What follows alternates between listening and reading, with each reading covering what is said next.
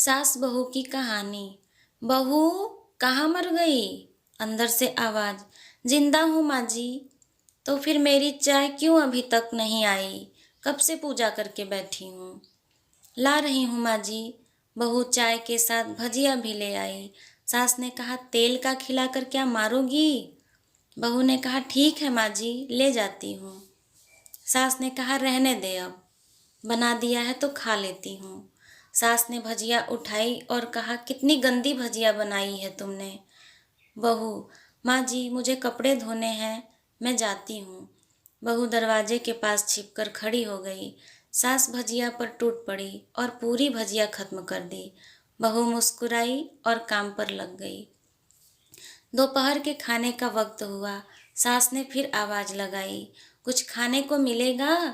बहू ने आवाज नहीं दी। सास फिर चिल्लाई, भूखे मारोगी क्या? बहू आई सामने, खिचड़ी रख दी। सास गुस्से से, ये क्या है? मुझे इसे नहीं खाना, इसे ले जाओ। बहू ने कहा, आपको डॉक्टर ने दिन में खिचड़ी खाने को कहा है, खाना तो पड़ेगा ही। सास मुंह बनाते हुए, हाँ, तू मेरी माँ बन जा। बहू फिर मुस्कुराई और चली गई। आज इनके घर पूजा थी। बहू सुबह 4 बजे से उठ गई। पहले स्नान किया, फिर फूल लाई, माला बनाई, रसोई साफ की, पकवान और भोज बनाया। सुबह के 10 बज गए। अब सास भी उठ चुकी थी। बहू अब पंडित जी के साथ भगवान के वस्त्र तैयार कर रही थी। आज ऑफिस की छुट्टी भी थी। उनके पति घर पर थे। पूजा शुरू हुई। सास चिल्लाती, बहू ये नहीं है, वो नहीं है। बहू दौड़ी दौड़ी जाती और सब करती। अब दोपहर के 3 बज गए थे। आरती की तैयारी चल रही थी। पंडित जी ने सबको आरती के लिए बुलाया और सबके हाथों में थाली दी। जैसे ही बहू ने थाली पकड़ी, थाली हाथों से गिर पड़ी। शायद भोज बनाते हुए बहू के हाथों में तेल लगा था, जिसे वो पोंछना भूल गई थी। सारे लोग तरह तरह की बातें करने लगे। कैसी बहू है, कुछ नहीं आता, एक काम भी ठीक से नहीं कर सकती, ना जाने कैसी बहू उठा लाए। एक आरती की थाली भी संभाल नहीं सकी। उसके पति भी गुस्सा हो गए, पर सास चुप रही, कुछ नहीं कहा। बस यही बोल के छोड़ दिया, सीख रही है, सब सीख जाएगी धीरे धीरे। अब सबको खाना परोसा जाने लगा। बहू दौड़ दौड़ के खाना देती, फिर पानी लाती। करीब 70-80 लोग हो गए थे। इधर 2 नौकर और बहू अकेली, फिर भी वह सारा काम बहुत ही अच्छे तरीके से करती। अब उसकी सास और कुछ आस पड़ोस के लोग खाने पर बैठे। बहू ने खाना परोसना शुरू किया। सबको खाना दे दिया गया। जैसे ही पहला निवाला सास ने खाया, तुमने नमक ठीक नहीं डाला क्या? एक काम ठीक से नहीं करती, पता नहीं मेरे बाद कैसे ये घर संभालेगी। आस पड़ोस वालों को तो जानते ही हो ना साहब, वो बस बहाना ढूंढते हैं नुक्स निकालने का। फिर वो सब शुरू हो गए, ऐसा खाना है, ऐसी बहू है, ये वो वगैरह वगैरह। दिन का खाना हो चुका था। अब बहू बर्तन साफ करने के लिए नौकरों के साथ लग गई। रात में जगराता का कार्यक्रम रखा गया। बहू ने भी 1-2 गीत गाने के लिए स्टेज पर चढ़ी। सास जोर से चिल्लाई, मेरी नाक मत कटा देना, गाना नहीं आता तो मत गा, वापस आ जा। बहू मुस्कुराई और गाने लगी। सबने उसके गाने की तारीफ की, पर सास मुंह फुलाते हुए बोली, इससे अच्छा तो मैं गाती थी जवानी में, तुझे तो कुछ भी नहीं आता। बहू मुस्कुराई और चली गई। अब रात का खाना खिलाया जा रहा था। उसके पति के ऑफिस के दोस्त साइड में ही ड्रिंक करने लगे। उसका पति चिल्लाता, थोड़ा बर्फ लाओ। तो सास चिल्लाती, यहाँ दाल नहीं है। फिर चिल्लाता, कोल्ड ड्रिंक नहीं है, पापड़ ले आओ। इधर उधर आखिरी में उसके पति की शराब गिर पड़ी उसके एक दोस्त पर और बोतल टूट गई। पति गुस्से में 2 झापड़ अपनी पत्नी को लगाते हुए कहता है, जाहिल कहीं की, देख कर नहीं कर सकती, तुझे इतना भी काम नहीं आता। सारे लोग देखने लगे।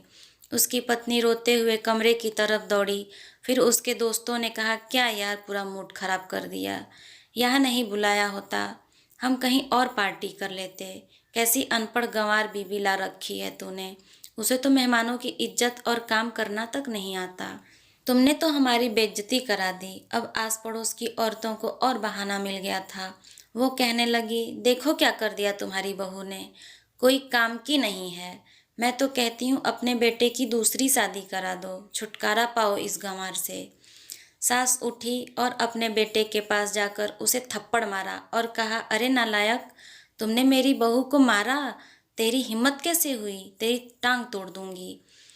उसके बेटे के दोस्त कुछ कहने ही वाले थे कि उसकी माँ ने घूरते हुए कहा, चुप, बिल्कुल चुप, यहाँ दारू पीने आए हो, जबकि पता है आज पूजा है और तुम्हें पार्टी करनी है। कैसे संस्कार दिए हैं तुम्हारे माता पिता ने। और किसने मेरी बहू को जाहिल बोला, जरा इधर आओ, चप्पल से मारूंगी अगर मेरी बहू को किसी ने शब्द भी कहा तो। अरे पापी, तूने उस लड़की को बस इसलिए मारा कि तेरी शराब टूट गई। पापी, वो बच्ची सुबह 4 बजे से उठी है, घर का सारा काम कर रही, ना सुबह से नाश्ता किया, ना दिन का खाना खाया, फिर भी हंसते हुए, सबकी बातें सुनते हुए, ताने सुनते हुए घर के काम में लगी रही। तेरे यार दोस्तों को वो अच्छी नहीं लगी, जूते से मारूंगी तेरे दोस्तों को। जो कभी उन्होंने ऐसा कहा, उसके यार दोस्त चुपके से खिसक लिए। अब सास बहू के कमरे में गई और बहू का हाथ पकड़कर बाहर लाई। सबके सामने कहने लगी, किसने कहा था अपनी बहू को घर से निकाल के दूसरी बहू ले आना, जरा सामने आओ। कोई सामने नहीं आया। फिर सास ने कहा, तुम जानते भी क्या हो इस लड़की के बारे में, ये मेरी माँ भी है, मेरी बेटी भी। माँ इसलिए है मुझे गलत काम करने पर डांटती है, और बेटी इसलिए कभी कभी मेरी दिल की भावनाएं समझ जाती है। मेरी दिन रात सेवा करती है, मेरे 1000 ताने सुनती है, पर एक शब्द भी गलत नहीं कहती, ना सामने ना पीठ पीछे। और तुम कहते हो दूसरी बहू ले आऊं। याद है ना छुटकी की दादी, अपनी बहू की करतूत। सास ने गुस्से से पड़ोस की महिला को कहा, अभी पिछले हफ्ते ही तुम्हें मियाँ बीबी भूखे छोड़ घूमने चले गए थे। मेरी इसी बहू ने 7 दिनों तक तुम्हारे घर पर खाना पानी, यहाँ तक कि तुम्हारे पैर दबाने जाती थी, और तुम इसे जाहिल बोलती हो। जाहिल तो तुम सब हो, जो कोयले और हीरे में फ़र्क नहीं जानते। अगर आइंदा मेरी बहू के बारे में किसी ने एक लफ्ज़ भी बोला तो मुझसे बुरा कोई नहीं होगा, क्योंकि ये मेरी बहू नहीं, मेरी बेटी है। बहू सिसकियाँ लेते हुए फिर कमरे में चली गई। सास ने एक प्लेट उठाई और भोजन परोसा, बहू के कमरे में खुद ले गई। सास को भोजन लाते देखा तो बहू ने कहा, अरे माँ जी, आप क्या कर रही हो, मैं खुद ले लेती। सास ने प्यार से ताना मारते हुए कहा, डर मत, इसमें जहर नहीं है, मार नहीं डालूंगी तुझे। तुझे नई सास चाहिए होगी, पर मुझे अभी भी तू ही मेरे घर की बहू चाहिए। बहू ने अपनी सास को रोते हुए गले से लगा लिया।